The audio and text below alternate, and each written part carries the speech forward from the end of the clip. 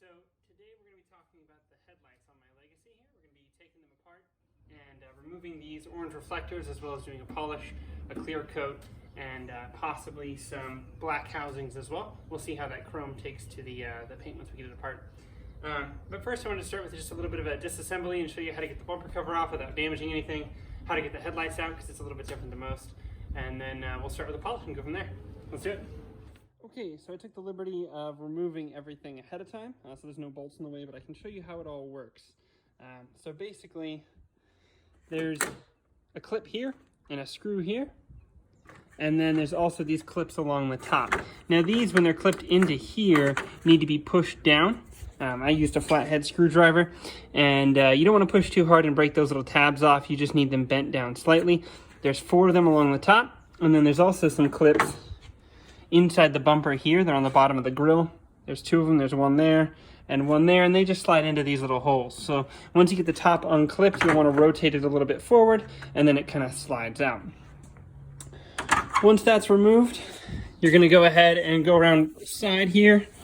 You'll see, like I said, I've already removed it. There's a hole here, and there's a hole in the top of the fender, or in the bottom of the fender there. And there's a 12mm bolt that goes through there, as well as these little plastic clips on the side.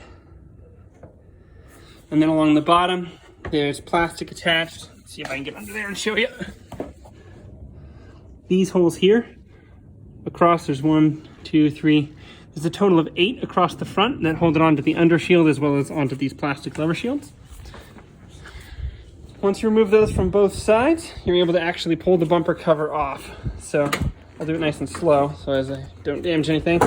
Once you get it pulled down, you'll see these fog lights. The wires are right here. You want to go ahead and unclip those before you pull it too far off. And then the whole bar lifts off and you can go put it somewhere else. Once you remove the front bar, this bracket is still going to hold the headlight in. Even if you remove those 2 screws on the top, this will still be stuck. So you'll need to remove 1, 2, 3, 4, 5. Once those 5 10mm bolts are out, I'll show you real quick. This bracket will drop loose. I guess I screwed that in there pretty far.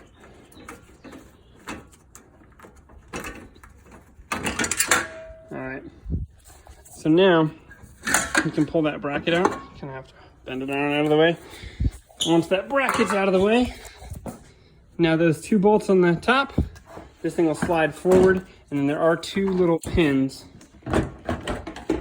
on the back here. There's the hole that the pin slides into. There's the pin on the back of the headlight. And you're going to want to be careful just gently pulling that out. Obviously, before you remove it, there are 2 connectors. There's the primary connector and the secondary connector. And you'll want to remove those probably before you pull the headlight out, because once you pull it forward, this bar gets in the way of your access and makes it a little bit tricky. Anyways, so now you got the headlight out and in one piece. Hopefully you didn't break any tabs or anything. If you do break some of the clips underneath, that's not a big deal. You can go down and actually buy clips like these ones. These are what I'm going to use to replace the bottom clips on the bumper. I did have to break some of mine to get them off. This car has over 200,000 miles on it, and they get all full of dirt and corrosion. So they get a little chewed up when you pull them apart. But as you can see, to remove these, you just need to pull it up about halfway. You don't actually need to pull it up all the way, because when you push it down, it expands and it holds itself in the hole. And then when you push it close, see if I can get that. There we go.